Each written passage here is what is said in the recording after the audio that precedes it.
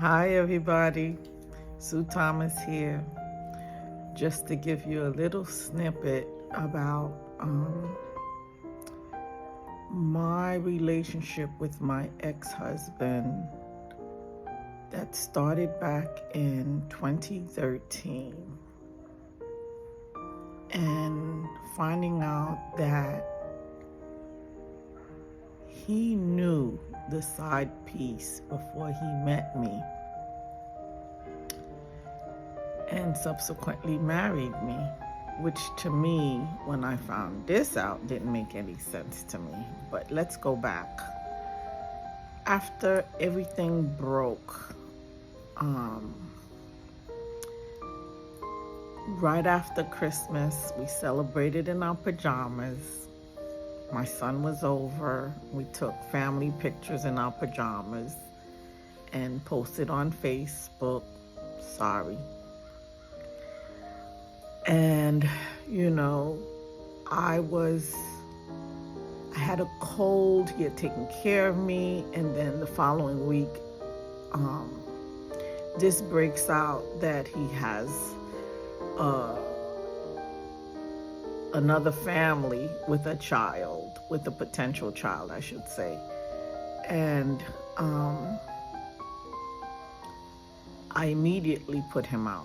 I knew it was over in my heart of hearts, but he kept coming by. And he was like, we need to talk. You just can't let this happen like this. And I accepted, and we went on a date, just so I can hear, because I was curious. How did this happen and I didn't know?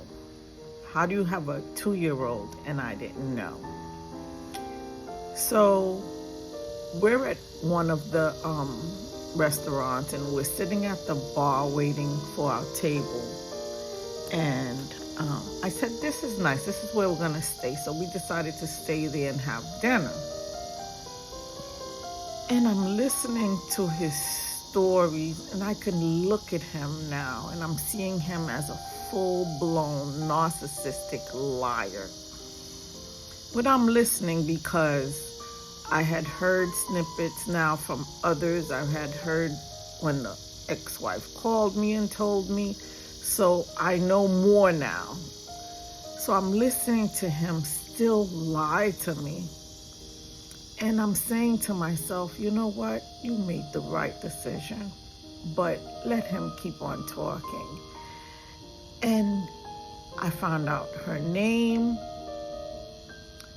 I found out that, he never attended the birth of the child. He just ran off. He was like, I didn't want a child, you did. This is what he's telling me.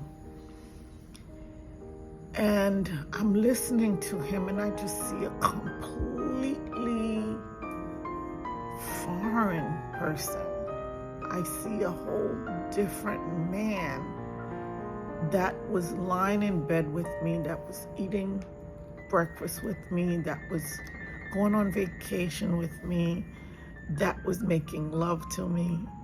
It wasn't that person. It was just a person that was just so into himself. He didn't care about anybody. And he tells me, I said, so where do you guys meet? How does this happen? And he's lying. He says, well, I get into my car and we meet at hotels. Meanwhile, we know that he was going to her house, her apartment.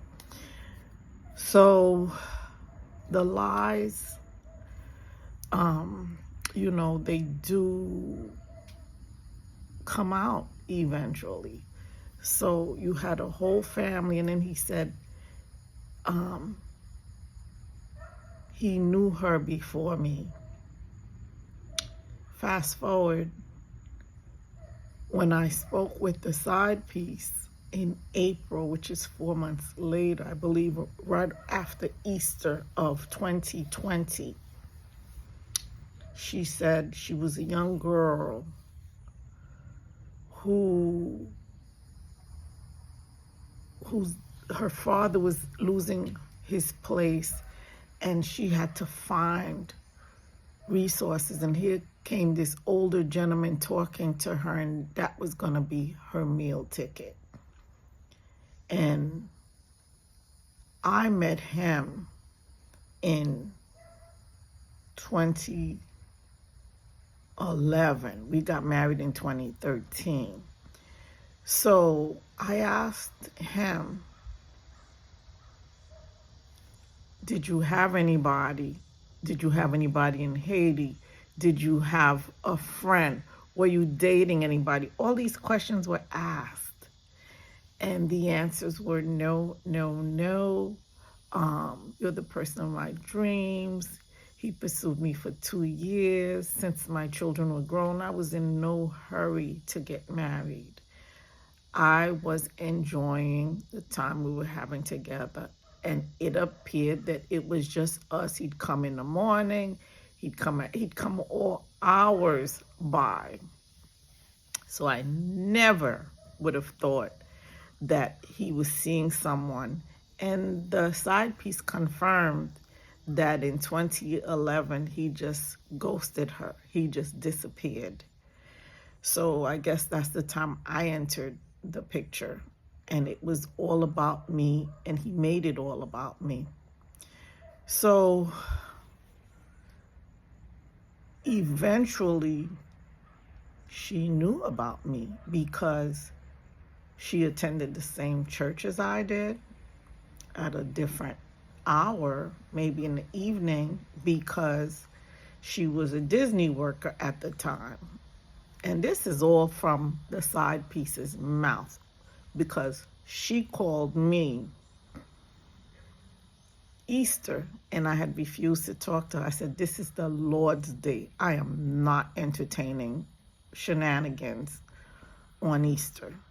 So she proceeded to call me to tell me her side of the story. And I wasn't going to listen until a friend of mine said, well, you went to her house to make your, I guess, to tell her that I didn't want him anymore, to stop telling people were coming to me and said that I'm binding him and I'm keeping him from her. And I had already made my decision that same night that I didn't want him anymore. And I didn't want her to think that, to believe, well, she believed him because that's why she called me. But I didn't want that label that I'm holding on to a man who has a whole other family. What do I want with you at this point? You have nothing to offer me, because what I want in a man is a man to love me completely, and you're not able to do that. And I'm not sharing a man with anybody. So I went to her house to tell her, I don't want him. I'm not binding him. If he doesn't marry you or move in with you, it's because he doesn't want to.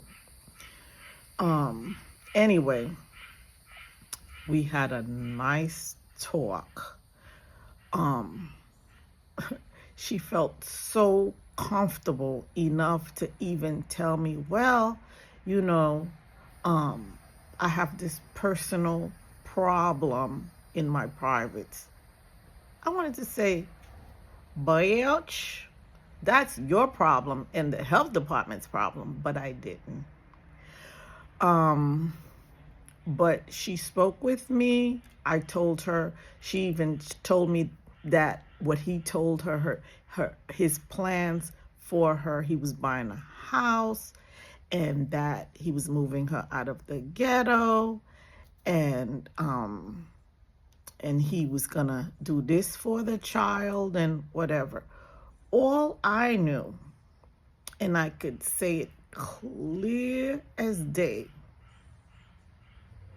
when he was still wooing her and telling her this was his plans, he was still coming by me and telling me this was his plans for us. And he even wanted to move out of town to start all over What would that accomplish? That you would find somebody in the next town? I had to sit down and just give them space. I wished her well in her new endeavors. I told her I wish it worked out for her. At this point,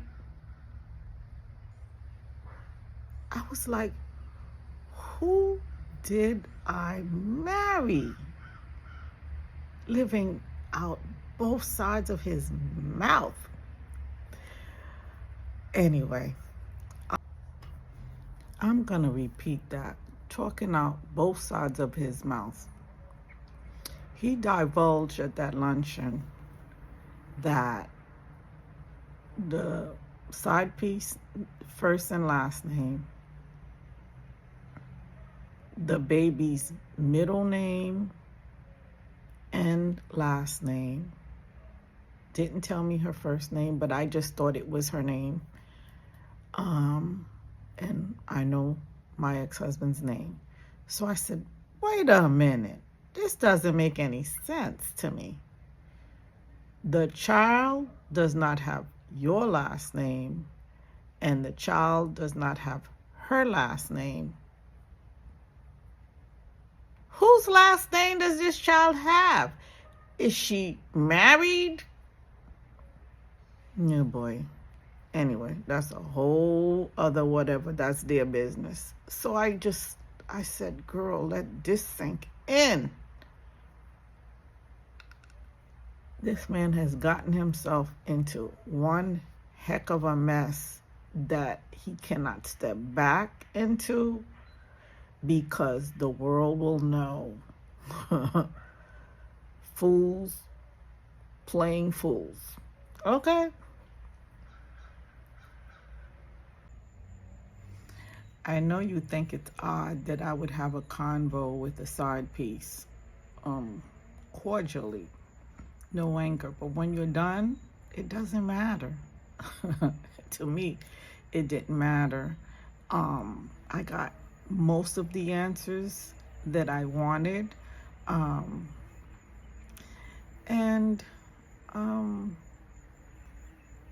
When the whole world is against you and they want you, for whatever selfish reasons, to return back to someone or something that willfully wanted to hurt you, or hurt you at such great lengths,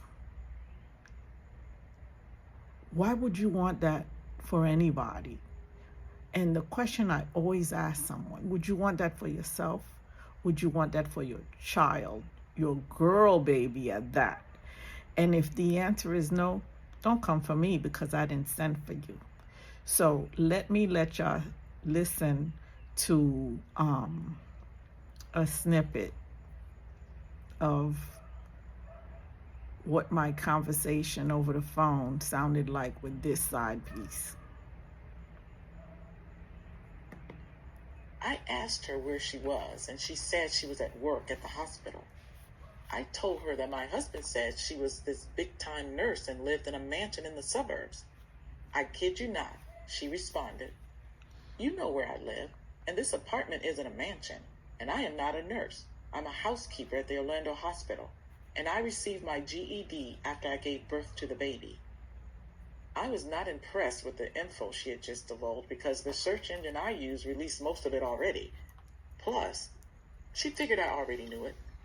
I don't know why she felt the urge to give me these explanations. Perhaps guilt for living the lie. Who knows? She had said that she was 23 when she first met him. I asked her, since she was so young, why didn't she go to school all these years? She said she was working at a theme park and life happened. She said they broke up and years later got back together as he looked better and she needed help.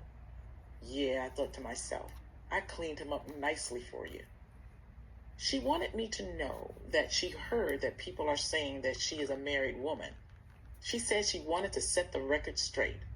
The side piece stated to me on the phone that she had gone to her country and married her brother as a favor to give him papers. Huh? Side eye. WTF? I did not ask if he was her brother from her mother's side or her father's side. Why would she give her child her brother's last name, which will be permanently engraved in all the child's medical and school records? Guess what?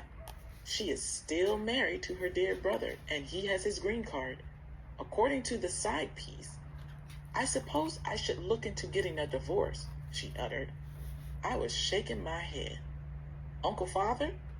Oh boy, I'm just going to leave that right there. She was excited to tell me that my husband had purchased a new iPhone for her. Poor thing. I suppose he can now monitor and track her. The big spender probably has the phone on a 2-year payment plan. I asked her if she is going to have more children with him. She laughed and quickly said, "Oh no, I'm on family planning." I did not ask which hormone shots or pills she was taking. She said her friend told her that he had a dark heart, and she said she agreed. I wonder if she thought that after he did not show up for her childbirth, never left me to be with her, or now that he had no place to stay and moved in with her, that she figured his heart is dark. As the side piece continued to talk, the clearer his deception became. My husband picked me up and took me to the airport early on February the 7th to go to Puerto Rico to catch the ship on a family vacation and lied about meal prepping. I told him that the boxes of chicken breasts he had purchased around Christmas were wasting in the fridge because I'd been eating out daily. I gave them back to him for his meal prep. Well, the side piece just said he brought all this chicken to her house in February. It is hard to believe he took a case of frozen chicken breasts from my freezer to appease his side piece. I couldn't help but laugh at how tacky he was and did not have the heart to tell her it came from my house. To think that this man wanted to pick me up from the airport upon my return from my family cruise. We were even supposed to attend a friend's birthday Valentine's Day party. I am so happy I decided to take a cab home and went to the Valentine's Day party without him. Had I accepted him to go with me to the party, how would he explain to her that he was at a party with me? Oh yeah, I had to work late. The irony. Well, you see, guys, one lie begets one lie, begets a wave of lies, begets a tsunami of lies. This man played me like a piano, and this man played her like a drum. He was playing everybody. We were all marionettes. I don't blame anyone. The side piece, although he labored her as slow, because when I asked, why didn't you marry her? He said she was slow. And I told her the same thing. And she said, I got something for him. So she's manipulative, she's calculating, and she knows what she's doing. And it may very well work out for her, but I don't care. I wanted you to get a perspective of how people, you can't be for anybody, you can't take for anybody, you just gotta, you know yourself, but you don't know anybody else. This person was calculating, she was manipulating, and she's playing her game, and she's having everybody weave in like a web. She's playing her lies, and he's playing his lies, and as I said, fools for fools, or fools with fools. So I just wanted you to all hear this part of the story, and thanks for coming by. Bye-bye.